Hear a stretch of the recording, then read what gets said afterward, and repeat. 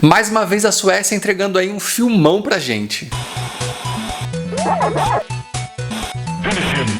E aí pessoal, tudo bem? Eu sou o Rodrigo, esse é o Canal Zero e hoje a gente vai falar sobre essa fábula sobre a solidão e o diferente, que é Border, uma coprodução entre a Suécia e a Dinamarca, dirigida por um iraniano. Se o trailer remete a um drama sobre uma mulher deformada, que talvez encontre aí um amor em um semelhante, o filme entrega algo totalmente inesperado. A realidade aqui é usada para apresentar pra gente a história de dois trolls, e eu acho que esse é o maior spoiler que eu poderia dar sobre esse filme. O nome Border, que em português quer dizer fronteira, ele cabe muito bem aqui nessa história. Porque além dele mostrar a história de uma mulher que trabalha como policial numa fronteira, ele mostra pra gente outras fronteiras. A do humano com o selvagem, a do masculino com o feminino, a do amor e do ódio, e ainda fala muito sobre a descoberta de si mesmo, solidão e esse sentimento de deslocamento. E isso, no caso, está bastante relacionado aí com a história de vida do diretor, que é o iraniano que mudou pra Suécia para fazer um curso de arquitetura e por conta da barreira da linguagem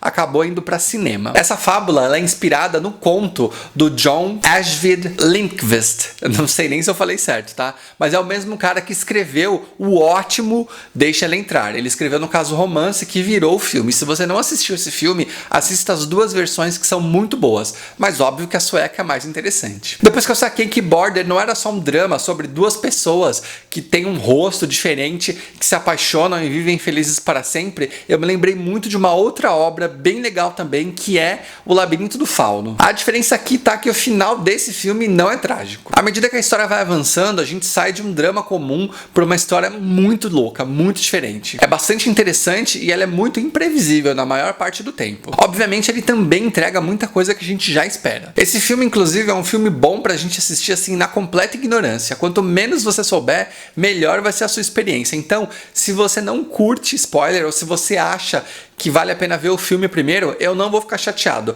Pausa aqui, assiste lá e depois volta. É sério, eu não vou ficar bravo. Bom, mas agora se você quiser assumir aí a responsabilidade de ouvir toda a história e os spoilers desse filme, vamos lá. Bom, se você é novo por aqui, essa é a hora em que a gente entra na história a fundo, no detalhe mesmo. Vou contar pra vocês tudo o que acontece nesse filme. E se você então não é inscrito, aproveita para se inscrever. Se no final do vídeo você gostar, deixa o seu like e comenta aí embaixo se você já viu Border, se você gostou, se você curtiu esse vídeo e tudo mais o que você quiser pra gente papear, beleza? O filme começa com uma cena que ela é explicada mais adiante. A gente tem a Tina, que é a protagonista desse filme, pegando um inseto e ajudando ele meio que a se salvar, colocando ele em cima de um pedaço de um galho. Aí corta pra rotina de trabalho dela, que é uma policial de alfândega. A Tina, ela tem uma habilidade sobre-humana que ela consegue sentir o cheiro das coisas. Só que ela não sente simplesmente o odor das coisas. Ela consegue cheirar e farejar sentimentos. E aí logo de cara ela já cata um menino que tá trazendo coisa ilegal aí pro país. Depois a gente vê um pouquinho da relação dela fora do trabalho.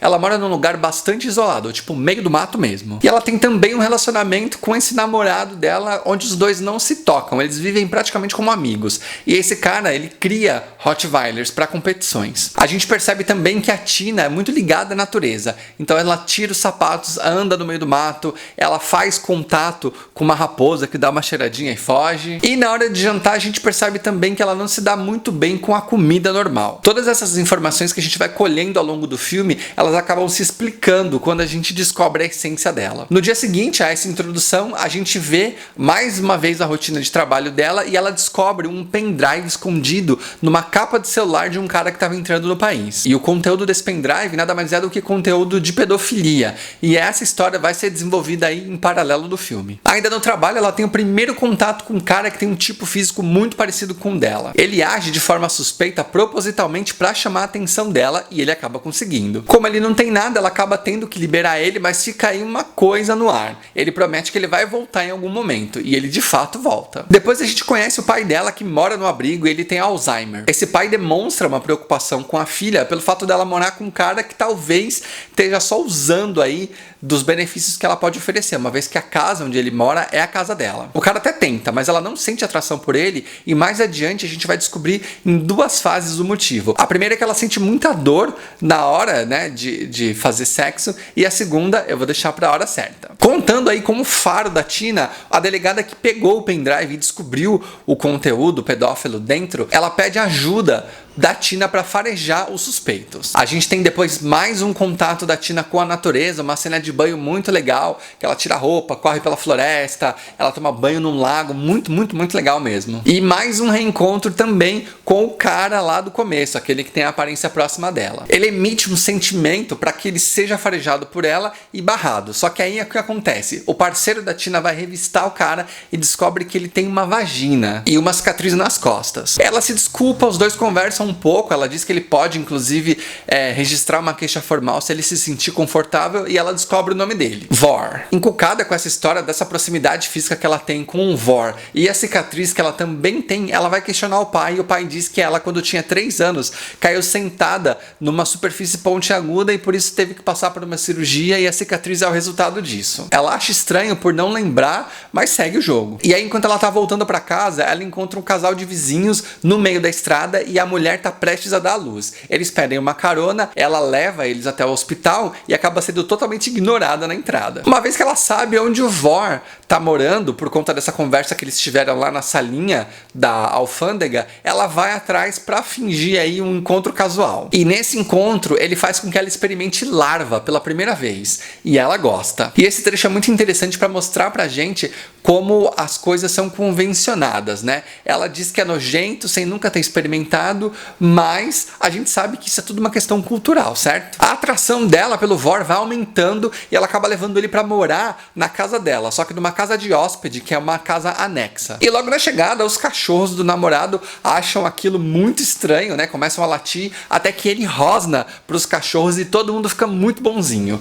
O namorado não acha muita graça, mas vai ter que engolir aí. Com o Vor devidamente acomodado, ele toca o rosto dela, onde tem uma cicatriz, e ela diz que aquela cicatriz é por conta de um raio que caiu nela na infância. Ele mostra no peito uma cicatriz muito parecida, dizendo que não pode brincar com o raio. E aí na sequência ele já tenta beijar, mas não consegue. No dia seguinte a Tina vai investigar o pedófilo, eles chegam até o apartamento, mas não conseguem encontrar nada. Eles quase colocam tudo a perder, mas conseguem escapar. A Tina e o Vor se encontram no meio da tarde na floresta, enquanto ela está colhendo cogumelos, e eles têm um diálogo muito bom. Ela diz pra ele que ela é uma deformada, que ela é só uma pessoa deslocada, que tem um cromossomo defeituoso e que não pode nem ter filhos. E ele responde que não tem nada de errado com ela, que ela é perfeita e que às vezes o fato de você ser diferente quer dizer que você seja melhor, não pior. E ele pede pra ela nem acreditar muito no que os humanos dizem. Presta atenção, ele falou humanos, hein? Corta pra Tina na casa dos vizinhos, indo conhecer o bebê, e o Vor do nada surge lá com o pretexto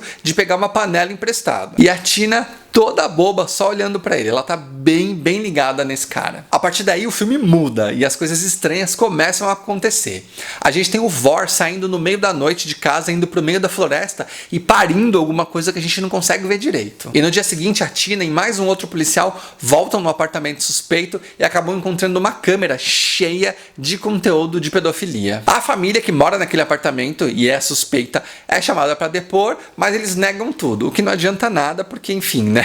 Nem tem como argumentar. A gente vê o Vor espremendo umas larvas e dando de comer para um bebê que a gente não vê ainda, só escuta a voz da criança, e ele coloca esse bebê dentro de uma caixa e dentro da geladeira da casinha dele. Na manhã seguinte, um namorado da Tina sai para uma competição e aí, meu amigo, perdeu. Durante uma tarde de chuva, a Tina e o Vor acabam se aproximando por conta de vários raios que começam a cair dentro de casa por conta de alguma coisa que a gente não sabe exatamente o que é, e aí eles se beijam e literalmente fazem um amorzão aí no meio do mato. E aí vem mais uma cena totalmente fora do usual pra gente. Enquanto a Tina tá excitada, surge entre as pernas dela um pintinho que vai brotando. Ou seja, aquele conceito que a gente tinha de masculino e feminino vai todo pelo ralo. E aí depois desse amorzão que rola aí no meio do mato, o Vor conta pra ela que ele é um troll. E que essa cicatriz que tanto ele quanto ela tem nas costas é de uma cauda que foi amputada deles. Ele conta também que existem outros trolls vivendo na Finlândia e que para você encontrá-los, você tem que se deixar encontrar. A partir daí a gente tem uma Tina totalmente diferente daquela que a gente viu no começo do filme. Ela tá muito feliz, cheia de energia, revigorada, ela encontrou realmente o par dela, o outro igual dela no mundo. Fora que tem um fogo danado também, viu? O namorado volta, sente que ela tá diferente, mas ela não se importa mais muito com aquela situação. E numa outra noite, enquanto ela tá no meio do mato com o Vor, ele conta mais sobre os trolls e que eles estão para voltar. Fala sobre as experiências que os humanos fizeram com os trolls, e ela fica muito balançada, meio que quase pendendo pro lado de lá. E ingenuamente ela conta pra ele que ela tá cuidando aí de um caso de pedofilia. O Vor, ele acha que os homens, eles são câncer, né? Eles são uma doença pra Terra e eles merecem morrer. Ela já discorda, ela acha que o pai dela é uma boa pessoa e que existem outros seres humanos que são bons. Mas aí ele lembra que o pai dela mentiu pra ela por todo esse tempo, né? E o melhor que ela tem a fazer agora é o quê? Confrontar esse pai. Ela vai até a casa de repouso, mas não consegue, porque como ela fica desestabilizada, ela deixa o pai muito nervoso. E isso acaba dando mais força pro lado troll dela. Então ela já volta pra casa furiosa e decide colocar o namorado pra fora. Ela não quer mais saber dessa historinha. O romance entre ela e o Vor engata de vez, e aí ela vai até o quartinho, né, dessa casa anexa e descobre na geladeira o bebê. Só que não é um bebê normal, ele é um bebê troll. Ela não fala nada. O caso de pedofilia avança e o marido que gravou as cenas de pedofilia, ele é transportado pela polícia para outro lugar. De repente um alce surge no meio da estrada, o Vor surge atrás do carro, abre a porta, tira o cara e de repente o cara tá morto no chão e não tem ninguém.